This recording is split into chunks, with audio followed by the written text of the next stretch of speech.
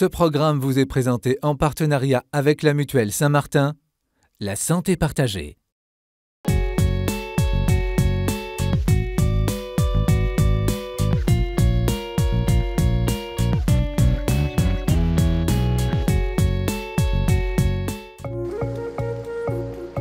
Violaine et Xavier se sont dit oui il y a 4 ans. Et depuis 2 ans, ce couple de Parisiens a décidé de s'engager dans un mouvement chrétien pour nourrir sa vie conjugale. On a vu une super préparation au mariage, très intense, avec une retraite très riche. Et c'est vrai que c'était l'idée de prolonger un petit peu cette préparation au mariage, cet accompagnement au mariage, avec les équipes Notre-Dame. Les équipes Notre-Dame mettent notamment l'accent sur la communication dans le couple. Le mouvement propose aux époux de se fixer un rendez-vous à 2 chaque mois pour échanger en profondeur. On appelle ce rendez-vous le devoir de s'asseoir. Dans un emploi du temps très rempli par l'arrivée de 2 enfants et des responsabilités professionnelles, il s'agit d'un moment de couple privilégié pour Violaine et Xavier. L'important c'est de le planifier, sinon on n'y arrive pas effectivement, on se rend compte que les moments où on ne le pose pas, et où on se dit bon on va bien trouver le moment, ça ne marche pas. Et on a vraiment pris le pli de planifier et d'avoir un soir dans la semaine où on a quelqu'un qui vient garder les enfants à la maison. C'est qu'on a ce moment-là pour exprimer les choses et ça décharge un petit peu les pressions le reste du temps. Lors de ce rendez-vous, Violaine et Xavier échangent sur leur quotidien, leurs projets et leurs relations de couple, avec ses difficultés et ses joies. Il y a quand même un principe de base qui est vraiment de savoir accueillir ce que dit l'autre et de rester dans le silence au lieu de réagir de manière très spontanée, ce qu'on fait évidemment au quotidien. Ces rendez-vous sont l'occasion de se dire les choses en vérité. C'est pas la mise à nu qui est compliquée, c'est plus le fait d'accepter d'être remis en question sur un certain nombre de points qu'on ne prend pas toujours en considération au quotidien et où là on se rend compte, lorsqu'ils sont évoqués dans le cadre de ce devoir de s'asseoir, qu'ils sont importants pour l'autre. Violaine et Xavier ont décidé d'instaurer un court moment de prière au début de leur devoir de s'asseoir. Et ces rendez-vous portent du fruit.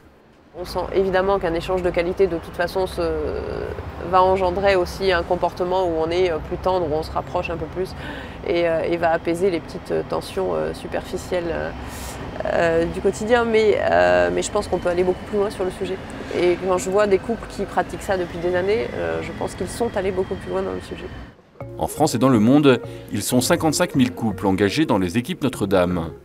Comme Xavier et Violaine, ils veulent consacrer du temps à leur relation pour faire grandir leur amour sous le regard de Dieu. L'enjeu de l'accompagnement, il est très important parce que le mariage, c'est pas la fin de tout. On sait bien dans les contes de fées, ils se marièrent et ils eurent beaucoup d'enfants. Voilà, c'est point final. Mais on sait bien qu'en fait, c'est le début d'une grande aventure, d'une belle aventure, mais qui demande qu'on y consacre du temps. Je crois que le contexte actuel là, ne favorise pas tellement justement le temps de se poser, de prendre du temps. Surtout pour les jeunes couples, je vois quand les deux travaillent, c'est un petit peu la course contre la montre. Le devoir de s'asseoir, c'est une très belle intuition qu'a eu le père Caffarel. Le père Caffarel, c'est le fondateur des équipes Notre-Dame. Et il a eu l'intuition qu'un couple, pour que son amour grandisse, avait besoin de prendre du temps de pause à 2 sous le regard du Seigneur, une fois par mois. Et ça fait partie de ce qu'on appelle les points concrets d'effort. C'est du temps, du temps gratuit, du temps de qualité. Et je trouve que de se mettre sous le regard du Seigneur, ça permet après de donner, un autre état d'esprit à nos échanges. Avec un regard bienveillant, plein d'amour. Par exemple, essayer d'écouter jusqu'au bout sans interrompre, sans réagir de façon soit culpabilisante, soit accusatrice. C'est sûrement pas un règlement de compte, c'est sûrement pas être accusateur.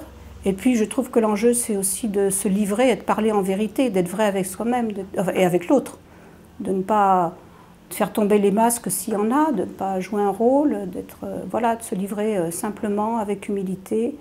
Et puis savoir dire aussi, si on a besoin de dire quelque chose au conjoint qui est moins agréable, je veux dire, ça peut être un reproche, mais savoir aussi lui dire sans l'accuser, en disant ce que ça m'a fait à moi. je me suis sentie blessée et non pas tu m'as blessée. Ça, c'est quelque chose qui est classique en communication, mais ô combien important. On en ressort, c'est apaisant, ça fait du bien. Je trouve que c'est ça qui participe à faire grandir l'amour, avoir envie de continuer, donner de la joie, du dynamisme. Dans Amoris Laetitia, la joie de l'amour, l'exhortation apostolique, le pape parle de se prendre des temps de qualité. Et c'est vraiment, bon, le devoir de s'asseoir n'est pas nommé, mais ça ressemble tout à fait à ça. Hein.